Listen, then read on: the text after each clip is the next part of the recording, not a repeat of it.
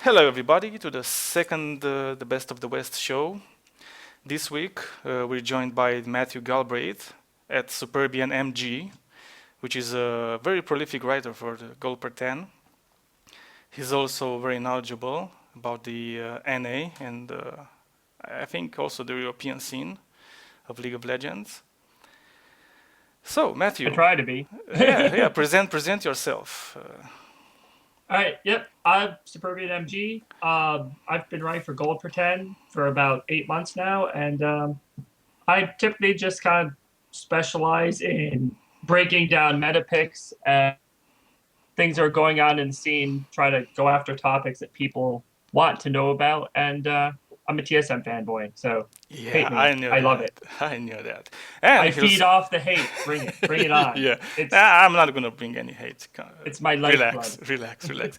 He's No, yeah. also he's also a star guest for the Rift Walk shows on Galbraith 10 YouTube channel. If you haven't watched them, you just pause this video and go watch those, and then return. And then So, return. we had sort of a crazy week, especially in NA Yeah, this yeah. week, and Well, it stemmed from because Korea started the train with all the crazy picks. Because not yeah, well, LCK just kind of plays all the time. So they started the trend with all these yeah. So crazy picks, and now we just have like, wow. yeah, so as everybody can see, well, you Matthew, you can see it. We have the top five, and we're gonna start from the bottom up with the honorable mention, which is the Gambit versus MYM game. So this is an European game, so I'm gonna talk about it. Okay, I so appreciate that they're trying, even though that there's like almost no chance of them not getting like Giants at Gaming and Meatmakers are both 4-12. They're literally fighting to see who is gonna get automatically relegated. yeah, That's I'm frightening. happy that we don't have a Team Coast in Europe for the moment. So Right. we have sort of two Team Coasts in Meteor Makers and Giants, which is understandable for Meteor Makers. They had a really tough period in the beginning of the split, and all these changes that are coming and going, and it's crazy for them. And Yeah. they're still not in the position to be 10th place necessarily. I mean, it all depends on the last week, but Well, they yeah. I still mean, have a chance. And this game against Gambit was a really important one.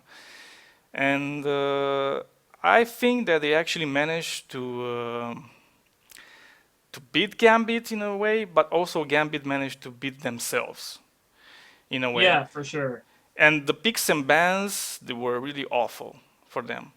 I know Cabochard It's Europe. likes Are you Canon. surprised? Yeah, I'm not surprised. How can you be surprised about Europe? It's a I don't saying. think Going full Europe, everybody beats everybody. What the hell? they banned an 80 carry. Like nobody bans 80 carries. Yeah, and I Like mean, you, why would you ban like banning Leona Graves make me wonder whether Gambit was scrimming Meet Your Makers and was just getting shit on. yeah, but Because I can't think of any other reason yeah, why you would ban probably. Leona and then ban Graves. And then But I who knows? seriously doubt that. I seriously doubt that they got shit on by MYM and Yeah. Screams because I mean they have Pinoy. Come on, I mean he's better than Mr. Rallies. Yeah. And I mean, I've been seeing Leonas in solo queue in jungle, so maybe it was some kind of cheese jungle they didn't want to deal with. Who knows?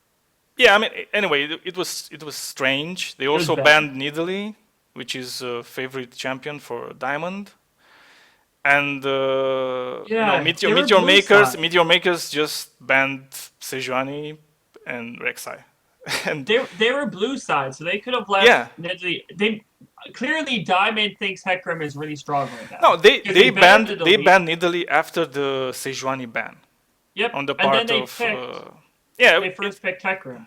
yeah, it was strange, and they first picked Hecarim, and then they played it in jungle. Wait, and So that that's Diamond Prox saying I'm really confident on this pick because he's their carry. Diamond Prox has been absurd this season. well, he's the carry for Gambit since Yeah, always. I mean, even when right. when Alex Hitch was on the Gambit roster, I still think Diamond was the main carry of the team in many respects because. But he had help. He had help, which is something he doesn't necessarily have as much of now. I mean, now they have Betsy. He's not. He hasn't played that much. He's sort of inexperienced in the LCS, but I still think he's a big improvement in respect to Nick. Yeah, I agree. But he still has a lot of proof for himself. Anyway, they picked Hecarim in the jungle. I love Diamond as much as anybody does. Yep. I mean, he's a nice person. He's a great guy. I mean, it's impossible not to love him. And I love Hecarim jungle for solo queue. I played a lot of Hecarim jungle in solo queue. Yeah. But then you pick Cannon. What does Cannon like for the opposing team? To be clumped up. Well, yeah, it's two. What does Hecarim do? Opposites. What does Hecarim do? It just it breaks the enemy team. And the Olaf pick was good there too, by Horo. I know Horo loves jungle Olaf. Yeah, yeah. I mean that counteracts everything Game is trying to do. Like he can just run through Kennen ultimate. He doesn't care about the fear from Diamond Proxy's ultimate. Yeah. He doesn't care. He's just like, yeah, he just kill me. How can you kill me? I mean, you can do nothing to me. And he can also become very tanky. Yeah. So he really benefits from this because he has true damage. So he doesn't care what the other team builds. Exactly. He's just like, I'm just gonna run up and hit you with my hand. Even if they didn't have Maokai, just when you look at Olaf, it just negates most of the Gambit team comp strengths. Yeah, because Gambit doesn't have a ton of damage. Like no, and they're very ultimate reliant also. Yeah. I mean, they're reliant on the Cabochard's ultimate, on Diamond's ultimate, on Pinoy's ultimate, on Edward's ultimate. I mean, what the hell? They're trying to create chaos so that Diana or Betsy can go in there and assassinate Mr. Rouse, but it never happened because Mr. Rouse had Nami to peel for him and not only Maokai, but they had Victor. Yeah, and actually Corey played a really, really great Victor this game. You could see how he used his skills to zone the Gambit team. How can you reach Mr. Riley's this massive monster AD hyper carry for the late game? Yeah, I mean, it's almost Corey's impossible. Victor's W pretty much just cuts off an entire entry point. Yeah, and it's especially good against Diana. I mean, you want to come in. Is huge. Like, look, he has Death Cap, Void Staff. He's got his Hex Core fully stacked. Like, he probably has like 750 AP. His ultimate is dealing so much damage.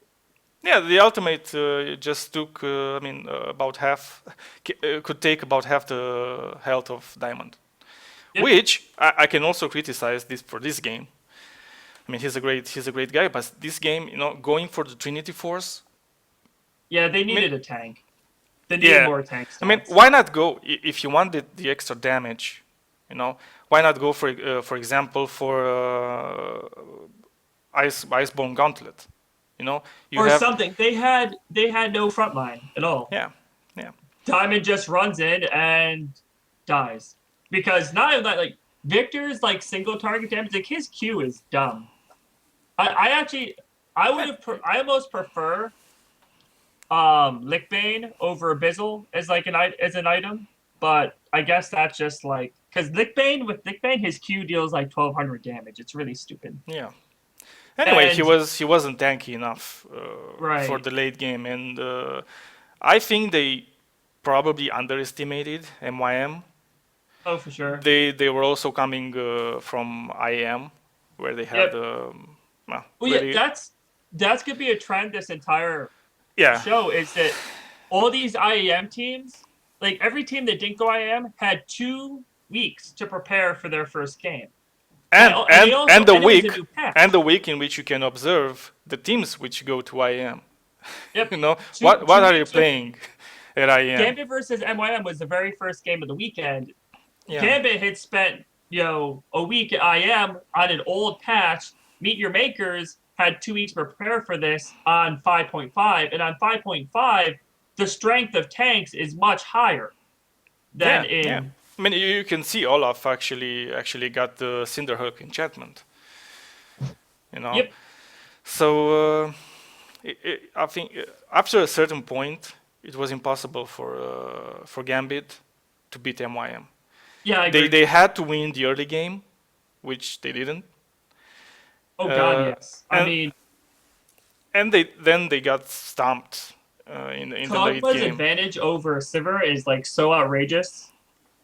It's just not even. Yeah, Yeah, I mean, mistakes were made on the part of yeah. Gambit I this don't. game, but also I don't want to underestimate the way MYM played. I They think played well. they It's played really well the team comp.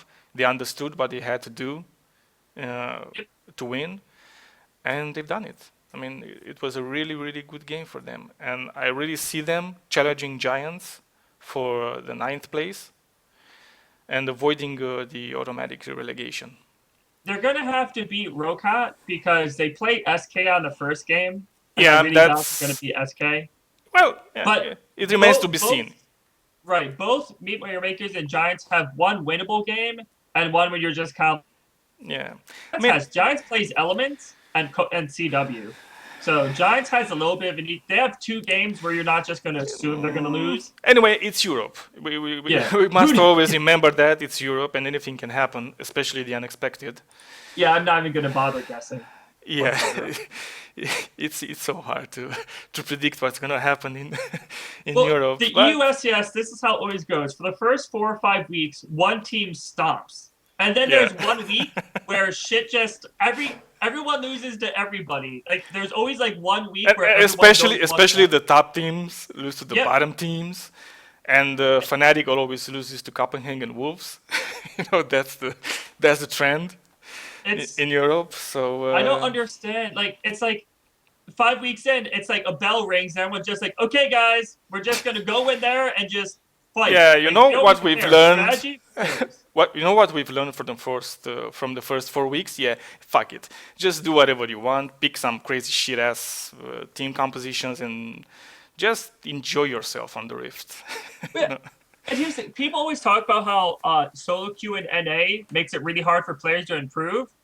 But you could argue that the LCS and EU makes it hard for the teams to improve. Yeah. Because they just like they don't do I don't anything know if logical. I don't know if I agree with that. I mean, I think if, for example, G Tigers came to Europe, I don't see them having these sort of problems. Well, no, but that's what I'm saying. Just like I Yeah, it's a problem of mentality. I arrive at think they're international competition and they actually face teams that know how to like play, and then it's just like, oh shit.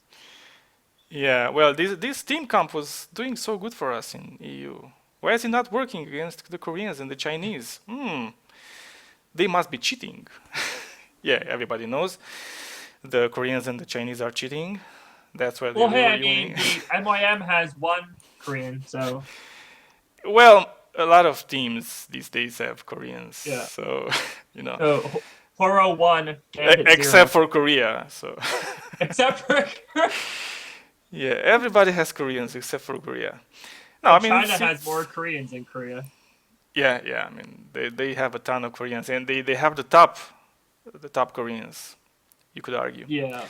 So that's all about the Gambit versus MYM versus Meteor Makers. Congrats to Meteor Makers for staying relevant in the fight for For staying the relevant, that's good, ninth yeah. place. Yeah, it's for them. I mean, it's a reasonable goal. You know, Yeah, I just mean, be the ninth team. Try to get to the promotion matches and stay in the LCS because I really think they can make it. They're not a top team whatsoever. well, I I mean, mean, it's Giants started, I don't know if you remember this, but yeah. Giants Giants had started with 2-0 in the 2-0. first Yeah, week. and they played really well. But They've won they 2 games they since. were also against some of the lower level teams They were, but in those two they still in the haven't done first much week. winning since the first week. No, no, and it's I mean it's understandable. They weren't that great in Challenger either. So I don't know if you watch the promotion tournament in which they I came didn't watch the they EU came one. I didn't second. watch the EU They one. came second, just behind H2K. But actually, H2K stumped everybody in that promotion Yeah. tournament. I mean, they were going into that promotion tournament with a statement. I mean, we're the better team in Challenger. I mean, Right. we It can was like stump getting them. second. You can see Fabiven actually. There was a game. He was playing on Ari against Zed, or the other way around. Yep. And the second game, I mean, the first game he played Zed against an Ari, and the second game he played an Ari against a Zed. He stumped in both games. Yeah. I mean, that was the Well, difference Fabian's between good. him and the other guy, and it was actually I think Pepinero, which is the mid laner for the Giants team. I mean, yeah, they didn't look that good in No. in Challenger. I mean, they were good, but nothing special. Well, it's the same thing as NA last year. Like, there's LMQ, and then the team Yeah. that was second to LMQ, but LMQ was clearly far superior. Yeah, and they actually had a really great run in the summer split. You know, Right. getting Went to to Worlds. Worlds. Yeah, I mean that's great. Okay, so Right. Elements versus H2K. we're going to the top 5. This was only the honorable mention. We have to remember Yes. that. So number 5 match of the week: Elements versus H2 Gaming. All right. So this is, I don't understand. We talked about this earlier before the show. People like EU is running protect the Cogball without the protection part. Yeah. Right? Yeah. It's like, here's a Cogball. We have no shields. We have like, it's just like, I don't get it. And it Yeah, I doesn't mean, work. for me, I mean, this was an important match for Elements, much more important for Elements than for H2K, obviously. Although if H2K had managed to win this game, they would be second right now in Europe. But for Elements, it was a crucial match. I mean, they have to win. They have to win. I mean, they can't get auto-relegated, but I think for a team of the caliber of Elements, they really want to make playoffs. Yep, and they're mean- one game behind. I mean, for them, not CW. making playoffs, it's a defeat for Uh-huh. this split. So Well, Elements like TSM, like Cloud9, they're the team Yeah. that enters the season with the assumption they're making the playoffs, and it's win or bust. It's either Yeah. you either win or you had a bad season. That there's no in between for a team like Elements. If well, you're that's like the Team way H, champions are made, my friend. If you're like I Team mean, 8 in NA, like Team 8's just like they're doing great. They're going to make the playoffs, yes, but yeah, maybe they're a there's team still a that chance. enters- Right, they're a team that entered the season with just avoid relegation and improve so that we can be relevant for the second split. Yeah, but for Elements, I mean, they Yeah, won. They won Elements, last it's the last summer split. Chaotic They roster they swap. dethroned Fnatic, which had a free LCS crowns. So Yep. I mean, it's obviously they had a lot of roster changes. You know, it's crazy. I don't know why. It's They're weird they're doing. changing rosters when you're up top. Well, they didn't change the roster when they were up top. They actually changed the roster when they realized they had some issues. Well, no, they I got don't rid of know. Tabs. Yeah, well, they have some internal issues with tabs. Yeah. From what I know. But And, those things are just like the grass is always greener on the other side. Yeah, I made this point just before the spring split started. I made an article about the teams from the European Championship. I actually made the point that bringing in Reckless may not necessarily be the best thing for Elements, because he's a passive player. I mean, he's not a Yep. defensive player. You know, Froggen is defensive. Reckless is passive most of the time. I mean, even if he gets ahead of the opponent AD carry, he doesn't push the advantage. Well, yeah, A- and a you thing start which to run into Froggen does. problems. A thing which Froggen does, if you give Froggen a finger, he'll take your whole face, Yeah. your whole Well, body and the and other chew problem, it. you can't have two players on the team that are that hungry for gold. Like one of the great things about Tabs Yeah. was he could do a lot with having less gold than other AD carries. Froggen demands like all And the then gold in the game. Like, There was another problem with them, because having tabs, it was tabs and Nif. I mean, Tabs was more aggressive, Niv was more defensive. Right. So when Tabs went in, he could rely on Niv to save him. Yep. But Reckless never went in. That's the problem. You must have somebody Right. that takes that risk. Yeah. And, Otherwise, how are you Elements going to win the doesn't. match? I think Crepo, their support is the one who takes the most risks. Pretty much. Yeah, It's Crepo. yeah. I mean, I don't think that bringing Nif as the head coach was necessarily the best move for them. Well, there's probably a from what I know, so they had to keep paying him for something. So they might as well have him do something. Yeah, but still, they are in need of analyzing the games. I mean, you can have that position filled in by Nif, and I think he can do a great job about it. But he was never a vocal player, a personality. Somebody that can take the reins of the team and tell the players, you're gonna do it my way because it's the right way. I can't see any coach being able to do that for Elements because it's the Froggen show. Well, it depends. It depends on Froggen. It depends if he wants to be a champion or not. Yeah. Because if you want to be a champion, you fucking listen to the coach. Right. I mean, you can look at any athlete in the world that ever became a champion in a team setting. Michael Jordan. Do you think Michael Jordan didn't listen to the coach? Oh, of course he did. Do you think Lionel Messi doesn't? Michael Jordan's a really bad example because he was so good that it didn't even matter.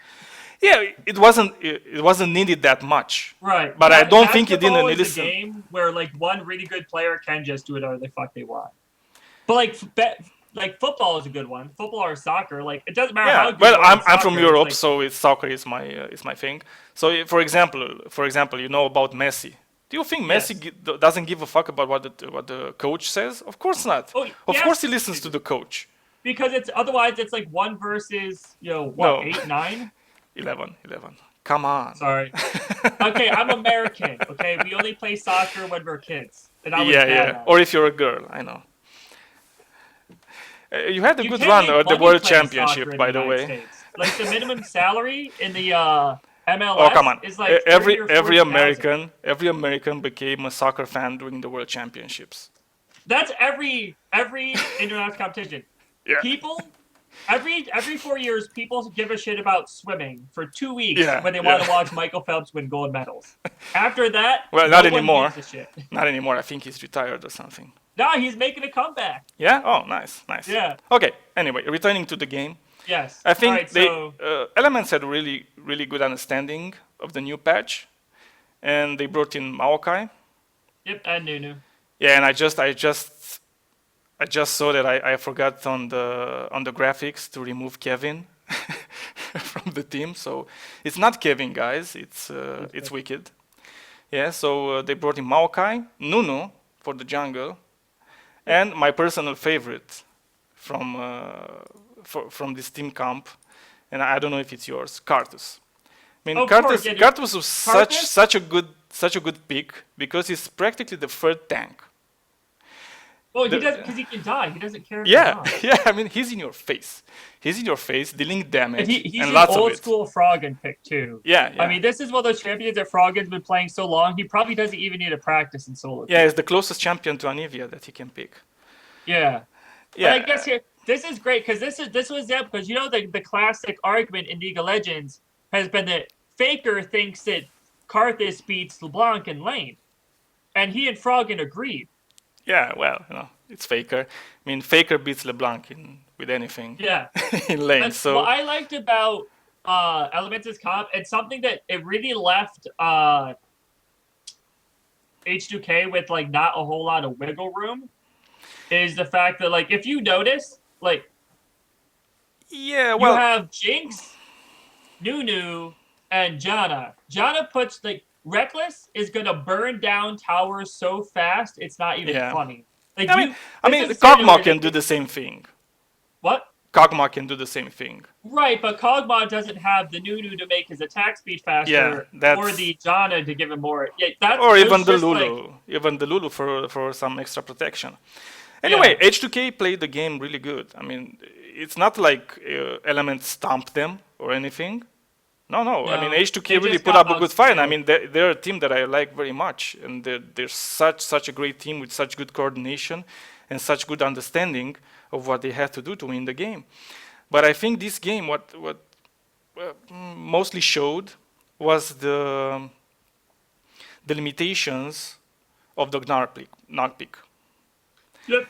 Yeah, and you have Gnar played by Odomne, which is one of the best top laners in the West.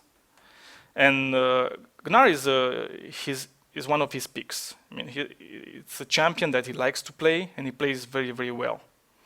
But you could see how Elements played around the Gnar pick. Yep.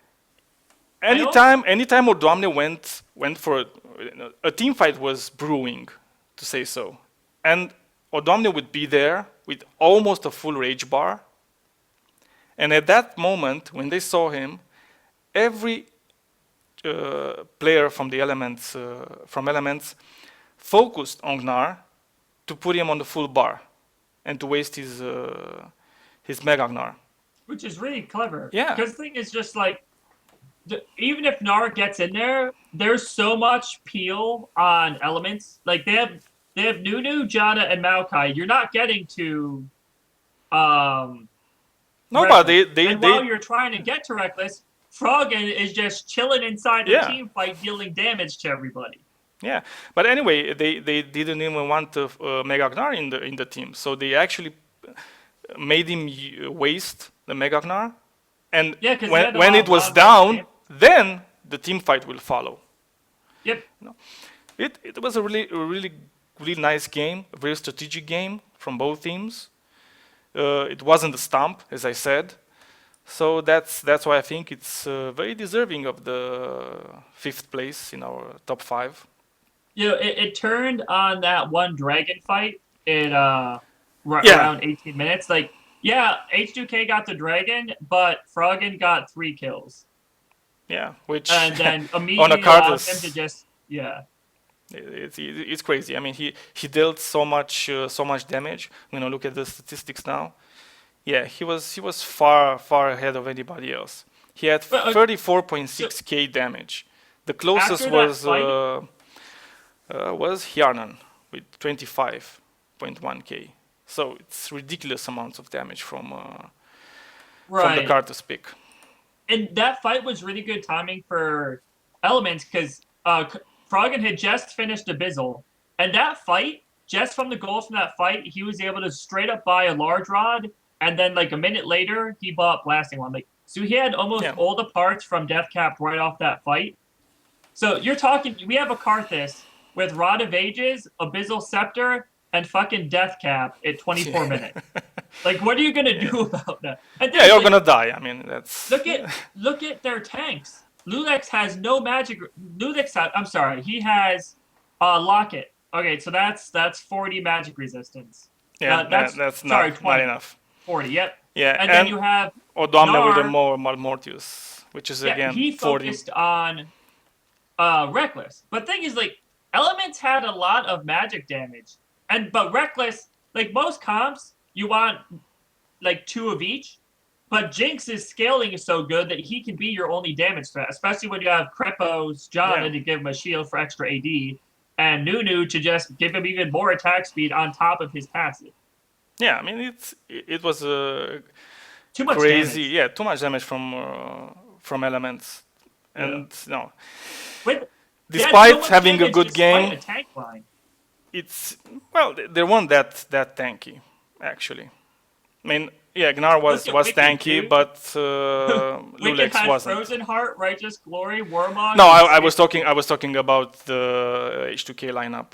Oh yeah, that no, I was talking didn't about have- Elements. I said. Yeah, Elements was super Yeah. tanky. I mean, you have a Nunu, you have a Maokai, which are the definitions of tankiness, and also you have Karthus, which is also sort of tanky. He had defense stats. Which, Yeah, that's and what's, and he doesn't care if he dies. In that dragon fight that you were talking about, he had very nice positioning. yep. He knew exactly where he had to be to deal the most damage and disruption for the enemy TP, because everybody saw Karthus then and then tried to walk around him somehow, right? It takes time. It takes time, and in the meantime, you have the Jinx that deals damage to you. How do you I mean, deal with that? it was smart of them to act to fight there, just because Kog'Maw just finished his Trinity Force, but it might have been a little too early because LeBlanc didn't have Zhonya's completed. So all Yeah. LeBlanc had Merlin and a large rod, which is fine. Those are great items, but it's one of those things where Zhonya's might have allowed him to be a little more useful. Instead, he just Yeah. died to Karthus without getting any kills or anything off of it. Yeah. I mean, it's hard for any. I think if you had G Tigers playing the same comp as H2K They at probably that win, but minute, they would have no, picked at a that little minute, bit. I mean, if you go to that dragon fight and you just magically swap all the H2K members with G Tigers, it's hard to win the fight if you go in. Yeah, and playing an assassin when you're against double exhaust is tough too, because that means almost by the time you're getting to the near the end of the game, almost every fight you're getting exhausted. Yeah, yeah. So Well, it was a really nice game. Props Yep. to H2K for not getting stumped by a very damage-heavy team, and props to Elements for getting a very much-needed victory. And another win, even if they lost the game against Gambit the next day. Still, they're trying, and that's enough. I think Elements the next day in the match against Gambit, they actually forgot everything they learned before and picked some crazy things, going full they Europe went full again. EU. Yeah. So anyway, God, that Caston along with and things like Caston should theoretically have a pretty Ezreal's not. I don't know. Yeah, they got it's really crazy. outpicked against Gambit. Yeah. No, Gambit I had think such a good comp. they outpicked themselves. Mhm. They actually forgot everything they learned for the H2K game, and Gambit remembered everything they forgot in the MYM game. It's They crazy. got a lot of power picks. Yeah. People don't remember, but Edward used to be known as one of the best the best Thresh players around. I think Diamond people. I got think Nidalee. people remember. The Trash Prince. Come on. Yeah.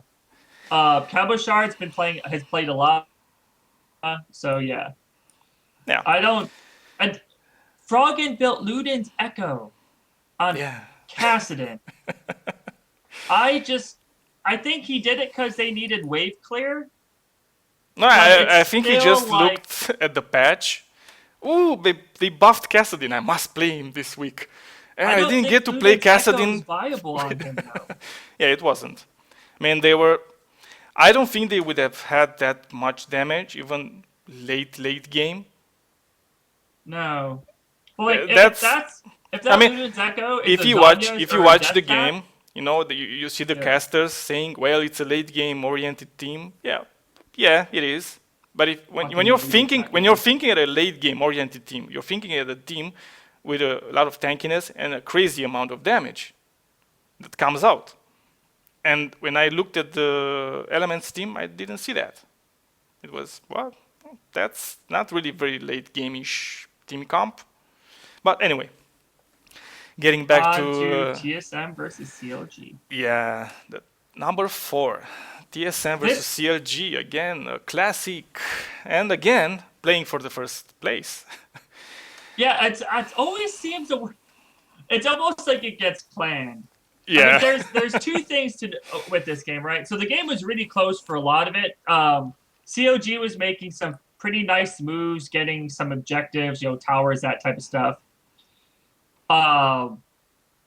yeah. In the meantime, Or trying TSM. to, the game was within 1,000 gold lead on either side for the first 28 minutes. Neither team could get a lead. Yeah, but I think TSM was a bit ahead. Yeah, There was that small margin. They were ahead, and Sejuani And is the most broken jungle champion right now. It's not even yeah, close in my opinion. yeah, and Because like everybody complains about Sejuani. she deals a surprisingly large amount of damage for the fact that you build no damage on her. And AoE damage, Yeah, and she nonetheless. takes like so the key fight for this game was the fight right by TSM's inner mid tower, right? When for some reason Giant Spartan decided to just flash in. He thought he'd caught TSM out in like a Yeah, small area where he his kind of got baited, you know. right. Problem is Sejuani at this point is tanky as fuck. So Sejuani jumps in, doesn't even use her ultimate yet. Just jumps Yeah, in and tanks all of CLG's damage. All of it. And the whole point of this was that and Xmithy she was doesn't supposed to die. come around from the back and flank.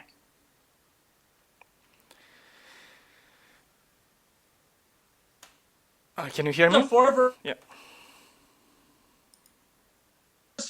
over by the top or in that bush area. But TSM wins that 4-4 anyway. Bjergsen kills Xmithy, so Xmithy can never get to the back line and fly.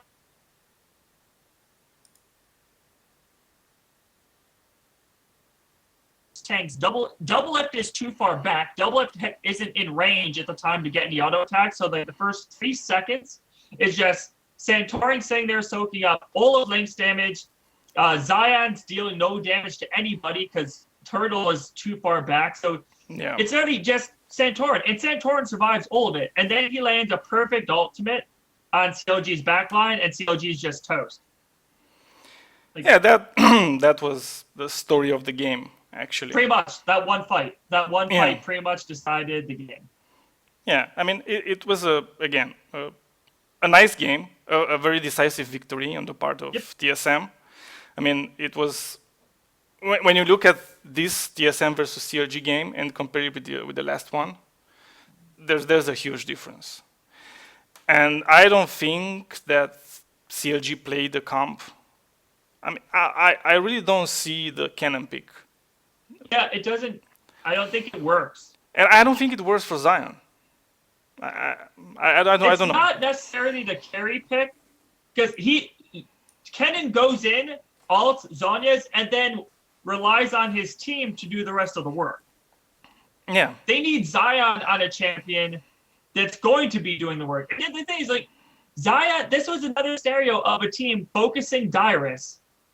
Yeah, second yeah. top lane. That's why Dyrus is so salty, you know. But yeah, but the thing is, like Lulu, like Dyrus plays nothing but champions that don't need gold to be useful.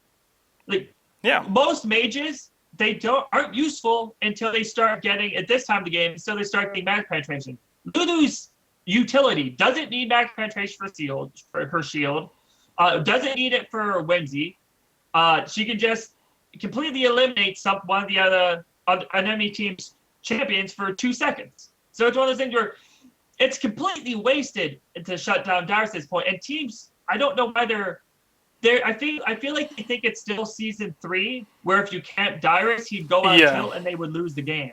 But that's not what happens. Like, if you look at the start of the game, I think he goes on tilt, but on the inside, you know, he's crying right, he doesn't during his the game. gameplay doesn't fall off. Yeah, but I think he's crying. You know, he's playing and he's crying on the inside, just knowing why is everybody But- camping me all the time? And I don't really know why teams are always focusing on Dyrus. I mean, it's like they're looking at the TSM team and they're saying, okay, which is the weakest? Dyrus? Come on, be serious. It's Dyrus? It's the weakest link in TSM? What the fuck? Are we living in a Dyrus parallel is dimension or something? You know? unstaunchable. Like Dyrus, you can do whatever you want to come up game. Like Dyrus would have. All right, so remember early in the game, TSM 3-man dove, Zion died. Yeah. CLG went to 3-man dive Dyrus, and Dyrus backed off. If that had been season 3, Dyrus would have been there and Dyrus would have died. Yeah. But Dyrus backed off, knew enough not to die, and then he didn't. So it's just like, yeah, so CLG put all this effort into camping Dyrus. Like Dyrus did die. Yeah, well, they're not the only team that does that. I mean, they're not. almost every team does that. And I don't know why. I really don't know why. Why are we focusing Dyrus? I mean, I think you can see how he evolved, how he's this mature player. I think he's one of right. the true champions in the Western league scene. You know, he has a champion mentality. He doesn't lose his shit when he gets He does camped. whatever his team needs him to do to win. Yeah, exactly. He views himself as a part of the team Yeah. that if it has to be sacrificed, he will do it gladly. You know, crying Yep. on the inside still, but I think he will do it. I And think teams don't focus Bjergsen because they should. I mean, yeah, obviously they should. they They should don't. focus Wild I Turtle think and Last Boy also, and they're not I doing think that. right. They don't go after Bjergsen because I don't think they think because remember TSM plays mid priority. I don't think teams think they can beat the Bjergsen Santorin mid jungle combo because think of it, you can gank mid. But Yeah, if Santorin's there, do you think your 2 versus 2 beats their 2 versus 2? I think there's a sort of fear factor involved. Oh, I for mean, I sure. think everybody thinks, oh, come on, you don't touch Bjergsen because Bjergsen is like the faker of NA. Look at these. It's like back like this week and then 2 weeks ago, like Bjergsen's escapes on Zed, right? Yeah, Twice in the past few weeks, Bjergsen's been like surrounded by 4 people and somehow gotten away. Like that's completely absurd. Like that's a faker move. He pulled a few yeah, faker yeah. moves. I mean, we know Bjergsen is very good on Zed. Yeah. Obviously, I don't know why teams don't ban it. Like I get like I we're gonna I talk think about Gravity you later. can play Gravity around. did a great job. You Here's can the play around the Zed. We're not talking about the gravity game now. That's No, we're coming not. on, coming Yeah. up later. But anyway, I think you can play around his Zed, and I think They just didn't have he any. can lose on Zed. But Yeah, he can, you for must sure. have some balls. Excuse my language, but you must have some balls and go on Bjergsen. Otherwise, you're not going to learn. Yeah. And I And- guess thing is, and if you COG see- did have If you see every team going and camping Dyrus and losing, and camping Dyrus and losing, why are you Try doing the something same else, thing? guys. Yeah, It's try like, something new. I mean, else. it obviously doesn't work because you camp Dyrus. In the meantime, Bjergsen does his own shit in the mid lane, gets solo kills, gets farmed, and so does Wild Turtle, and then you lose the game. It's I think- actually that simple. The reason why teams can't focus bot lane as much anymore for TSM is that it used to be a really clear weakness, and they're still not the best laners, but Lustboy is really good at keeping Turtle alive. Yeah, it's the same thing with like it is with Bjergsen. I mean, it's Yeah. the fear factor. Last Boy has become such Really good. such a well known and appreciated player in the NA scene, and I think everybody, all the teams fear what Last Boy has to say if Oh, it yeah, comes he to also. Did you see that image? Saint Vicious had retweeted this image, right, of Lustboy's play history this week, and it was all Thresh games. yeah. He played like 10 games in a row with Thresh. And he actually said like they banned Thresh against TSM. Well, they didn't ban it, they picked it away because Yeah. they assumed he was going to pick it because of how much he played it. Obviously, I mean, Yeah. and if you have a good trash player, it helps also. Yep. That's cool. Anyway, it was a nice game. Everybody Yep. should go and watch it if they haven't already. And we're going on to number 3, which is Teammate versus Cloud9. Well, This was a really good game. yeah, it was the week of upsets for the NA and the EU. Yeah, this Sort this of. game was really good. Like C9 made some really good map movements. Like they were out rotating teammates so hard, Yeah, it was unbelievable. I mean, they were all over the map. taking towers all over the place. Yeah, and Teammate just had to react. They were never in Right. the attacker's position where you're not active. You're reactive. Yep. It, The problem for C9 was that Baron fight. yeah, and that's on them also That because that was they were on the completely top lane. They pushed the inhibitor, and I think they actually got it, and didn't They had- instantly recall. They Right, just no, stayed around. They started, and then they saw that teammate was doing Baron, and I think they panicked. Because thing is, all right, so this is a game Yeah, that clearly had a timer on it from the start, right? Like teammate was eventually going to outscale C9 Yeah. because their tanks their tanks would get too tanky, like Sejuani did, and then Vladimir was the best scaling champion in the game. Yeah. And so that's pretty much it. It's just gonna be like Sejuani would get too tanky, Vladimir would have full items, and then Vladimir would just kill everybody. Yeah, and I think they panicked, and Right. Balls. I think Balls lost the game for them. He went I don't like to say that. I think it probably He did. He went in too early. It probably He was a went in way too call. early. I don't know if it's the shot caller, but somebody must Well, have he's made. not high. Is. Well, so, High Ferdinand actually lost the High game for probably them. were telling him to. Yeah, and he went in way too early. Yeah, and Baron had like on- 8,000 at the health. same time, if you look at the moment when Balls went in, Sneaky's in the base. Team 8, no, but Team 8 actually just retreats a little, just enough for the Baron to deal damage to Balls. Yep. And they are dealing damage to Balls, and the Baron is dealing damage to Balls, and Right, Balls and dies, yeah. and that's And then- all. Baron reduces the damage of whoever's tanking, right? Or is that Dragon? Yeah, I think Baron. I think it's Baron, yeah. Because that they put that in place so that you can't solo it as easily. Yeah, So Balls is completely he's dead at that point. And thing is, I think C9 still wins that fight if Sneaky's there, but Balls goes in too early. And when Balls goes in, Sneaky's still literally in the base. yeah. I think they could have stayed just close enough to teammates to deal some poke damage, just they deter them from finishing the Baron. I think they really had a chance to do that. Well, yeah, because they have Corki. Just Yeah. sit there and fire missiles over the wall. At Exactly. that point, though, I think Sejuani was tanky enough to just take it. Yeah, Take but the you brass, don't but- have to necessarily shoot at Sejuani. I mean, come on. Well, yeah, you but- can be in such a position that you deal damage to the other members of the team. They No. had time, though, is the point. No, but I think the way Balls you went said in it. when Baron had 8,000 health, he had time to wait, and he did. Yeah, it's the way you said it. They actually panicked. Yep. They panicked and they saw that as we're losing the game now if you don't stop this Baron. So just go in, and Because Baron lets you, it pretty much gives you a few minutes to drag out the game, and Yeah, C9 yeah. can't let the game drag out. yeah, And then they just had C9 had some decent team fights where they won fights that they maybe shouldn't have. That one fight around teammates blue buff, where it says Porpoise Yeah, popped in a yeah. bit too early and died. That was a 2 for 3, I think. yeah. And again, it was Bowles managed to zone Maple Street, Yep. so he wasn't really And a part Kelly went too deep. part again. of the side. Yeah. Kelly went too deep. I want to highlight one thing. He sort of Kai is such an overestimated intelligent his player. tankiness. Hai is such an intelligent player. Like multiple times, like teammate won fights, but Hai would go and do something that made it so they couldn't get anything off it. Like Yeah. he went actually. Yeah, when they were pushing teammate's the face mid and killed lane. the minions, Yeah. which is, both people are like, I need to run away. I'm gonna die. Yeah. The other time he went and killed the inhibitor. Which Well, allowed- actually, that time I think Lemonation did that. He just went in to die against Lulu.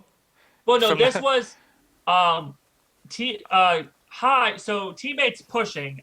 Hai instead of going to defend, runs to teammates mid lane and clears the wave. No, from it was. behind Yeah, I teammates. mean, it was the team fight, and Yeah. High and Lemonation were really low health, and they were retreating through the red jungle. Yep. And it's Yeah. Hai. Lemonation went back. Hai stayed and cleared the wave. And No, then I Hai don't went think over and Lemonation took went the back. inhibitor. I don't know if I remember correctly, but I remember him going in the mid lane, and Lulu was there, and he got Yeah, yep. he Yeah, got Lulu destroyed by killed him. Lulu because anyway he was so low health. That was But at the yeah, very- High actually just saw the opportunity to stop the minion wave from reaching teammate and helping them take down the tower. Yeah, I mean you cannot say that High is not an intelligent player. Otherwise he wouldn't be the shot caller for. Right. I Cloud9. wanted to point out just he made like C9 literally this was like the same as we're gonna talk about this game soon. It's the same as the teammate is it's same as the Gravity versus TSM game, is that just one fight lost them the entire game. That one fight at Baron lost them the entire game. Yeah, well, and they also had this Vladimir pick, which Right. which was nice. was- I mean, it's a breath of fresh air, seeing some new picks coming in. Yeah. So in the like the LCS. Meteos jungle pick, like he did a really good job of counter jungling early on, but that pick meant that there was nobody to shut down Kali Trolls, and Kali Trolls just got Yeah, farmed for he free. didn't So dumpster on balls. I mean, they were pretty equal in terms of farm, but no, he did. It just it's a ticking time bomb because Vladimir is gonna be really good late game, and yeah. you must find some ways to stop his early game. Delay the core items on Vlad. They didn't manage to do that, unfortunately. They nonetheless had a very good strategic game. Cloud9. Yep. That's actually their strength, and it has been I their probably strength would have guessed. from the first time they came into the LCS. I probably would have just picked a different jungler. Like he did a great job of counter jungling, but I feel like Meteos didn't do a whole lot towards the end of the game because there was not much for him to do. Yeah, I don't know about Nunu and Lucian in the same team. Same team. Maybe a hyper carry would have been Maybe. Oh, better. I'm calling it now, by the way. Meteos is bringing out Zac Jungle again before the end of the season. Because Zac's Obviously. Jungle is Yeah, back with well, a new jungle item. I guarantee you he brings Zac back. Rainover Guaranteed. did that. Rainover did that first. So EU power, my friend. Yeah. But Meteos, I mean, that was his signature pick. He played like nothing but Zac for half of that summer split of season 3 when And I think Cloud9 took shit on Meteos him. is very good on carry junglers. I mean, And Link does play not Link. Hai does play Yasuo, so maybe let's hope. Yasuo is Let's not a hope. strong pick right now. Yeah, So I let's hope hope for we're not gonna see Cloud9's sake Yasuo. they don't do it. But I Yeah, guess if you're gonna pick Yasuo, you might as well have Zac in the jungle. yeah, yeah. All right, so we talked a lot about that game, so we should probably. Yeah, so let's go to our number 2 game of the week, which I have so is much to say about this TSM game. versus Gravity. Yeah, I mean we finally got to see the god, the legend, Dear God, our dear god. God. All right, so this was another example of. All right, so I want to first give lots and lots of praise to Gravity for an exceptional draft. Like they did very Yeah, well picking this comp. They really caught TSM off guard and great job. I just want to say that before I say, but but because there's always this urge to like a win or loss just can't be a win or loss in League of Legends. Oh, like the community always has bullets. Like so, like if someone loses, it has to be wow. This team is really struggling. What's going on? yeah, With team synergy, though, there always has to be some like huge overarching story. And same with the wins. It's just like so if an underdog beats a great team, like so that like let's say I guess Pro League BMG, there always has to be this story of wow, this team is really improved. Like it can't just be a win or a loss. There has to be like this big story. yeah, I feel like this was an example. TSM hadn't had much time to play on the patch. They just been in IEM for a week. Gravity had 2 weeks to prepare this comp. And TSM certainly got off guard, and Keen didn't beat Bjergsen as badly in the mid lane as he probably should have because of that really bad dive. yeah. I mean he lost first blood. That right, because here's the in that dive, the best case scenario for him was a 1-for-1 because he went so deep. Yeah, but that even if I Bjergsen think dies, he would have preferred it if to I'm just Keen, dying. well, yes, but that was the best case. If your best case is a 1-for-1 against Bjergsen, I don't do it because that kill on Bjergsen is much more useful to him than it is on me. Because Yeah, I'm sure Keen is smart enough to realize that Bjergsen's probably a better player. He's not but going to be like it's also the Bjerg- bloodlust. I mean, come on, you have a chance to kill Bjergsen in lane, so right, and solo that's what kill. he said. That's what he said Yeah. after the game. He's just like, hey, I had a chance to get first blood on Bjergsen and I wanted it. Just fuck logic, fuck common sense. I just have to kill this guy right now, right here. Yep, and and that's what he TSM did. did a good job. After that, St. Torrent went mid a few times, ganked Urgot. They got a few kills. Well, I think Bjergsen TSM just was found probably going him. to win that game until like the worst team Yeah. fight of all time. Yeah, I mean, there's a lot of salt coming now, so I have to prepare. There, yeah, all right. So no, there's not a lot of salt coming. Oh, I So was joking. they're on the opposite. They're on the red side on the opposite wall of the blue buff, right? They're fighting that little corridor, Yeah. and they all just crowd in there, and like it was just a bad idea. Okay, so I'm sorry. Give me a second. I need to look confusing. All right, so they crowd in there. You have Haunter, who's reducing everybody's damage, the damage they're Yeah. taking. Keen's phosphorus bomb, not phosphorus bomb, sorry, but you know what I'm talking about. Yeah. Reduces the damage of everybody who gets hit by it by 15%. Saint gets a perfect new ultimate off. Yeah. So just so And then you they have Cup. picked the worst possible part of the map to fight, and they lost. And then they lost the game right from there because the thing is, like, Gravity had a 10-minute window to win this game because eventually they weren't going to have any damage, right? I mean, No, Corky- if we're talking about that fight, I think there was the same way Keen had that bloodlust on killing Bjergsen. I think Bjergsen had the same bloodlust on killing, I think, Saint Vicious it was. no, I think it was Bunny. He went in on Bunny. Yeah, I mean, Saint Vicious was there. Yeah, And, but and Bunny was also there. He was more towards the wolves, the wolf camp. Yep. So that's the problem. Is like, all right, so And I don't think that's he like your expected job. the rest of the team to be there. Yeah, I think because they were all right there. He like jumped on Yeah. top of it. It was really bad. Gravity had a 10-minute window to win that game, right? So because eventually Cop and eventually Lucian's more useful than Cop. I mean, then Well, Corky not that and- much. I mean, Not that much. the but gap is it's- not is no longer that great between Lucian and Corky, but yeah, still it's It's like there's a mobility aspect there that Corky has like 1 dash, Lucian has like 7. yeah. But eventually, like, Dyrus will eventually become unkillable. I really question the Sunfire pick, honestly, first.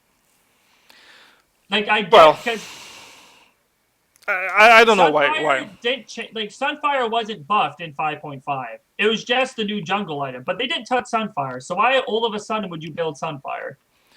It's not gold efficient when it comes to defensive stats, and I don't think that extra 25 magic damage or Yeah, 40 I don't magic think it damage was a worth good choice against anything from the gravity. it. Just team. wasn't good. Yeah, that was a bad pick from Dyrus. I mean, It was, and he got it It early. happens. If he'd had a different item for that fight, it might have been like you can't build Frozen Heart on Mundo, but if he yeah, but had he was a bit Randuin's late first- anyway at the fight. Yeah, He was a bit So I late, guess- so that's Yeah, he also was. that's also a factor. It's something very uncharacteristic for Dyrus, you know, because he's almost always on time for these team Right. fights, and you actually see the other top laner being late instead of Dyrus. But you know, the universe conspired against TSM this game. You know, No, everybody. that's not true. I'm not that much of a TSM fanboy. They got really outpicked and they lost. They made a really bad. Like they chose to fight that run fight by that blue buff, and they pay the price. Well, would you here- say that they overestimated gravity a bit? Over you, or you mean under? Underestimated. So sorry. Not necessarily. I think it was a matter of lack of preparation. Well, it's the Which same is thing. Partly because they were at IEM.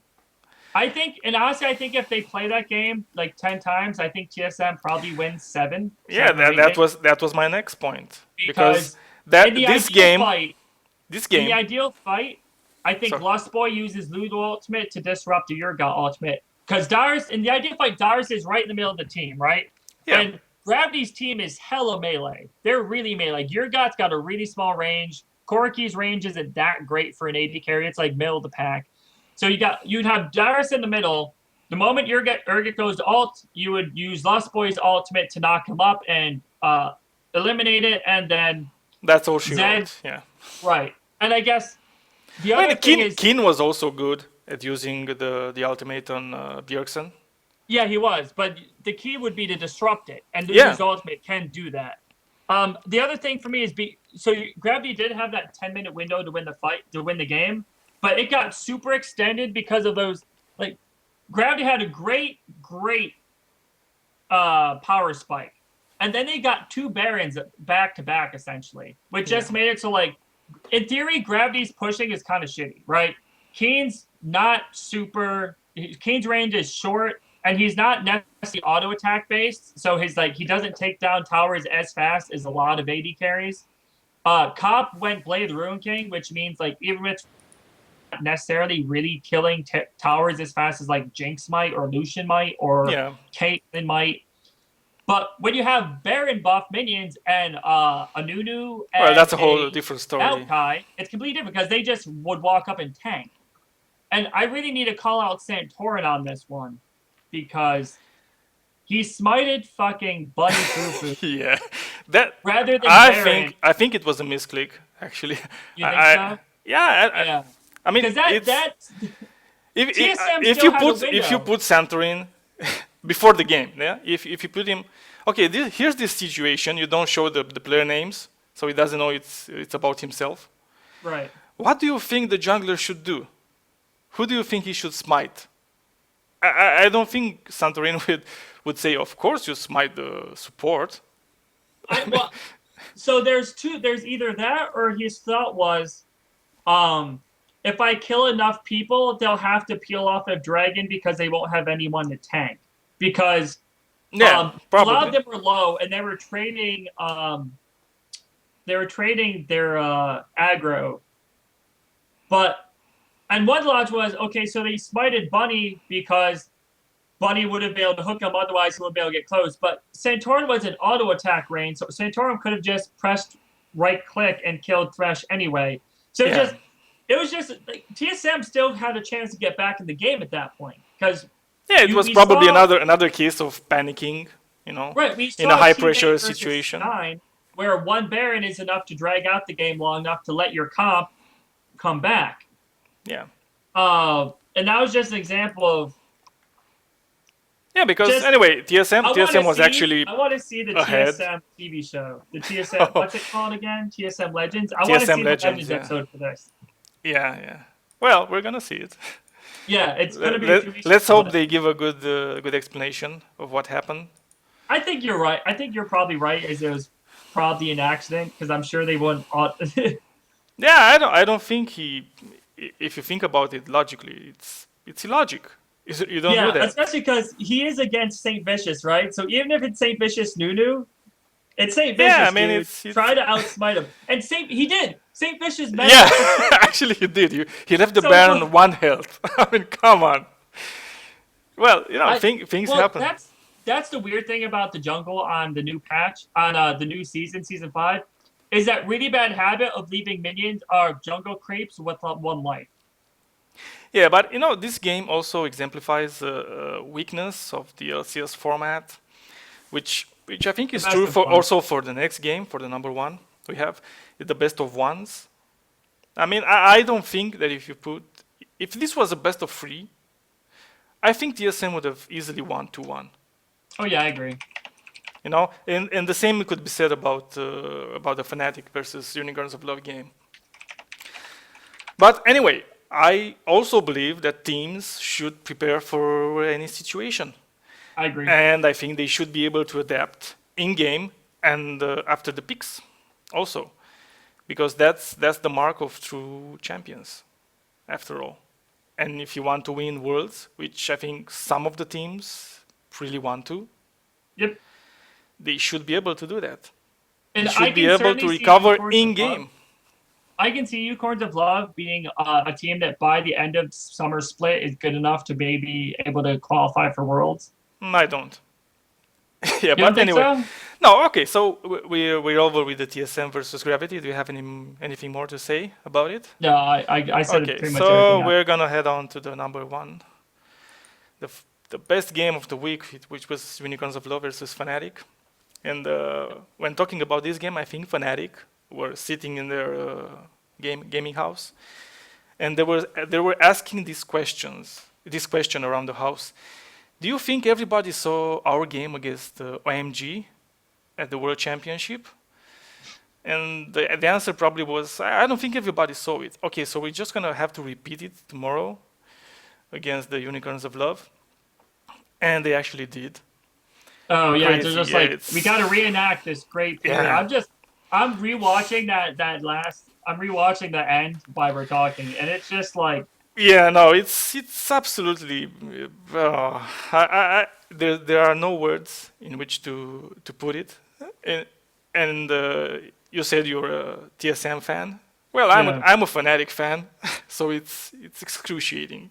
Just Well, watching those moments in which the nexus is so low, and you just wish Expeke was there, to do it right. Expecting would have done because the thing is with one thing with Fnatic's comp is they had like no AD, so And if actually, they I had actually like think they could have. I think at the I think last they could have push, they killed off. when Febivan was teleported with Lissandra, and he teleported and he instantly used the claw. You know, Yeah, if he'd like walked which up and then used the yeah, claw just to to reposition once the other team was there. And yeah, and also you see Yellow Star runs away, right? He's pretty tanky. I think he would have yeah, been able to get those last few auto attacks to kill the yeah, Nexus. yeah, it's absolutely crazy. I don't know why It was like a they series of didn't bad. manage to win the game. I mean, I think they should have won the game. Oh, And without a doubt, yes. Without a also, doubt, yes. in the same way in which Gravity brought in the Urgot pick, these unorthodox picks, Yep. it was also the Vizicachi Yorick pick for this game. I mean, he really had some great plays. For example, at the Baron when he put his ultimate on Kikis, just so Nunu could could finish the Baron. I mean that was great. Yeah, the double, the Yeah, the double double Nunu. Yeah, consume and no everything, and I really think Yorick goes very well with Cassiopeia, and and it's yeah, and the thing undeniable. with Yorick is he's insufferable to lane against, right? We've all played against Yorick. Like Yeah, and he he's was really pretty good, tanky. and he's really In good fact, against Lissandra yeah, he also, is because he and can they just actually managed to keep Huni down. he has You know, eternal sustain, yeah. Well, as long as he has mana. right? Which once he gets tier, he pretty Yeah, much it's not a has. problem. Yeah, man, I guess they actually prepared for the game, and I think this was a strategy on the part of the Unicorns of Love to keep this fanatic style in check. This aggressive playmaking all over the map, roaming style which Fnatic has. It's I don't think you could identify a certain style for Fnatic, but I think saying that they're aggressive is it's a good yeah, approximation. they're roaming deathball. And they actually were the first to bring in Nautilus for Right, for but for the he, support role, which they Cloud9. preemptive Lemonation because EU LCS plays first Yeah, for yeah, Lemonation. yeah. He It's a didn't get a really good credit. pick because like Yeah, if actually, if he actually, catches you in lane, you're yeah. dead. He's got so much CC, it's not even funny. And I know players that are playing and have played Nautilus for a long time before this patch Yeah, as a support. And actually, there's some players that actually prefer Nautilus to Trash in lane. I can see that because things Thresh. The thing with Thresh has always been that he has the hardest hook to land of the three hook Yeah, champions. yeah. But his hook is also like his kit has the most stuff in it, right? So Blitz is the most binary one. Yeah, yeah. Well, Nautilus is somewhere in between. Also, he has this cool escape with the anchor, which can be useful. Yep. No, I mean they had a very good team comp, Fnatic, but not that good. Right, not that good. Not I that good, guess 'cause it's just especially when considering the Unicorns of Love had Cassiopeia, which you cannot go with Cassiopeia in the late game. I mean, Cassiopeia is gonna wreck you, and it's gonna wreck your entire team. And if she manages to uh, get an ult on 2, 3, 4 members of your team, you're done. That's yeah, that's pretty over. much. I guess the thing there's so much. I like Unicorns of Love comp a lot. I mean, they have two like power. Cassiopeia deals a ton of damage in the late game, right? Yeah, and Power Vivo And likes so does Cassiopeia. Vardas on Caitlyn. So it's like Yorick on either of those. It's just I just the thing with Yorick has always been he's really good if you can get to the late game. You just have to get to the late game. He's always Yeah. been good. It just he has to get there. Yeah, Right? yeah. Yeah, well, And the he got entire there. composition of Unicorns of Love was late game oriented. I mean, you have Yorick, obvious late game Right. champion. You have Cassiopeia, obvious late game champion. You have Caitlyn, obvious late game champion. Yep. I guess And you have I zoning. think LeBlanc You have was you a have bad everything you pick need. for Fnatic. Yeah, yeah. That was Because their entire team is like team comp, is like team fighting, right? You have Sejuani in there, you have Lissandra in there. and again Graves. you're gonna get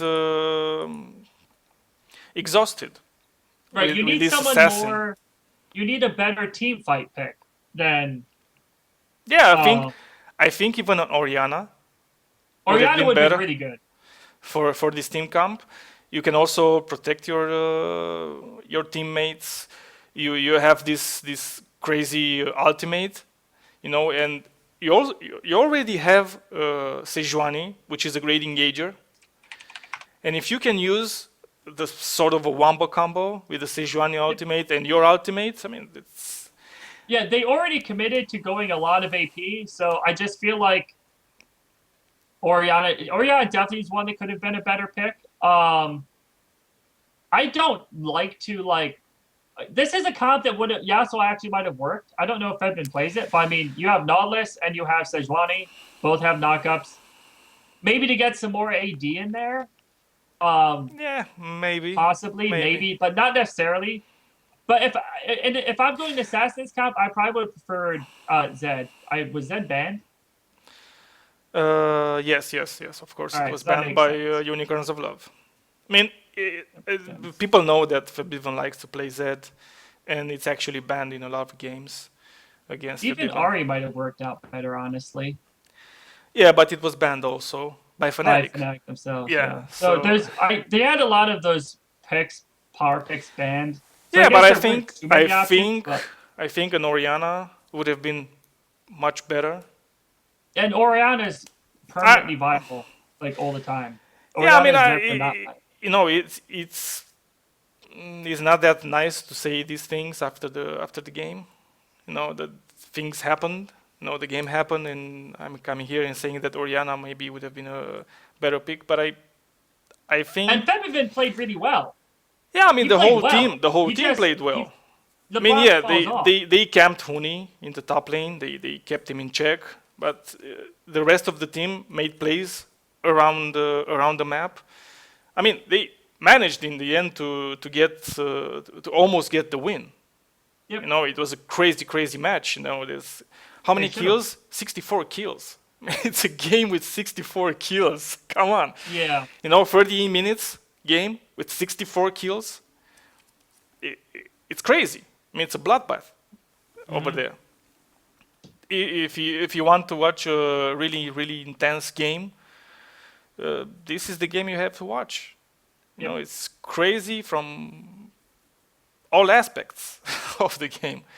And Fnatic really played a very good game, but the thing is, Unicorns of Love just overpicked them in the pick ban phase. They actually they had did. this strategy, which if we weren't talking about best of ones, it would have been countered. And Yeah. I think Unicorns of Love have really struggled this split to play meta picks, meta team comps. That's the part where they really struggled. And when they had this great success, it's with these unorthodox picks. I don't know. Right. I mean, it's a good. This might be the time for them to win because it seems like unorthodox picks are perfectly viable right now. I mean, Yeah, I mean every time a new patch comes into play, you have the chance to do something crazy. right. This And- could and be I the think- time for And I think they actually really managed to see that and to capitalize on it. Yeah, we've seen teams ride a single pass to winning before. I mean, if you look at like Fnatic in season 3, right? They rode an assassin meta all the way to like the semifinals of Worlds because XPK was just one of the best assassin players in the world. Like, I think if you look, I don't think it's not necessarily their fault to say so. No fault. No, I'm not saying it's their fault. I'm just saying it's just Riot. Smart. It's just Riot. Smart. No, it's Riot. Riot. Yeah. You know, season 4. If a patch comes out, nobody played Zed before the World Championships almost. You know, and then everybody plays Zed.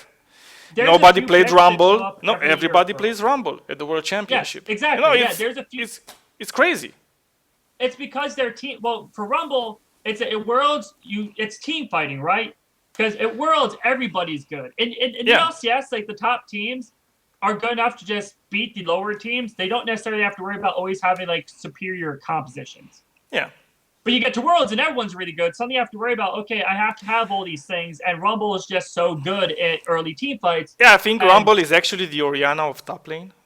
Oh, yeah. They're permanently everybody was viable. picking Oriana. You know, well, we're on the blue side and their last pick and they're going to pick some assassin. We're going to pick Oriana. I don't want to say always, though. Because think about, wouldn't you have said Lee Sin was always going to be viable? But I think Lee Sin is pretty far down the jungle chain right now. Yeah, right now. But there's still a lot. This patch. Yeah, there's still a long way to go for the World Championship. So I really see Riot doing something spectacular in the coming patches, in which Lee Sin is buffed and Kassadin is buffed, rebuffed. They're nerfing Sejuani a little bit. And Sejuani is nerfed, and then the tank meta is gone, and you know, all this. We'll see. Yeah, I mean it's.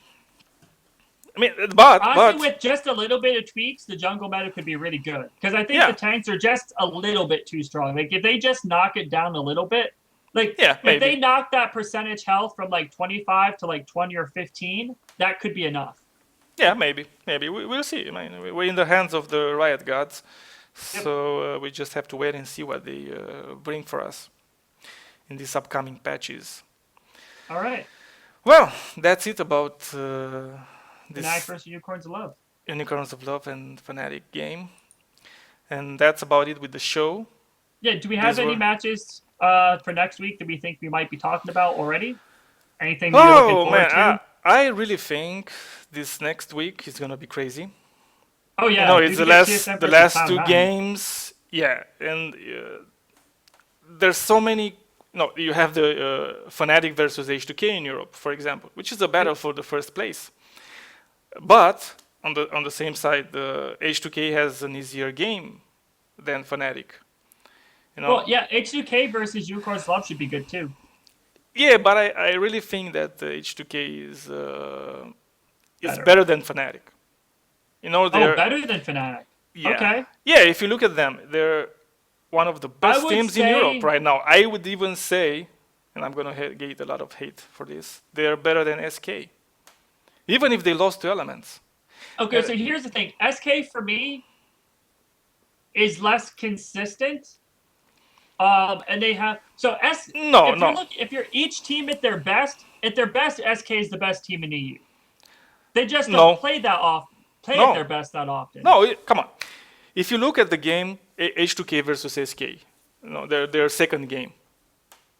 I mean, H2K just dumped on them. Yeah, H2K, okay, what's your strategy, SK? 1-3-1? Like, Fnatic dumped on SK earlier in the season, then SK dumped on Fnatic. So, like, it's Europe, so I don't know if you can necessarily just draw too much. No, but if you look at the way H2K plays, you know, they're very coordinated. Yeah, I agree. They don't have this singular strategy that Fnatic and SK have.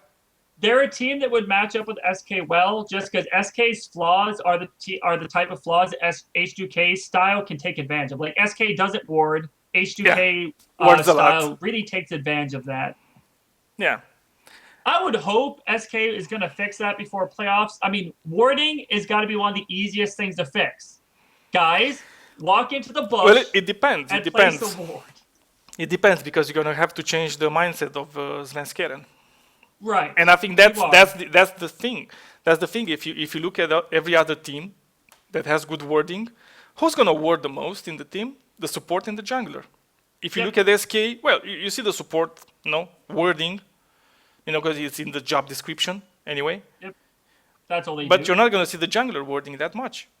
No, you're not. There were games in which the mid laner put up more words than the jungler.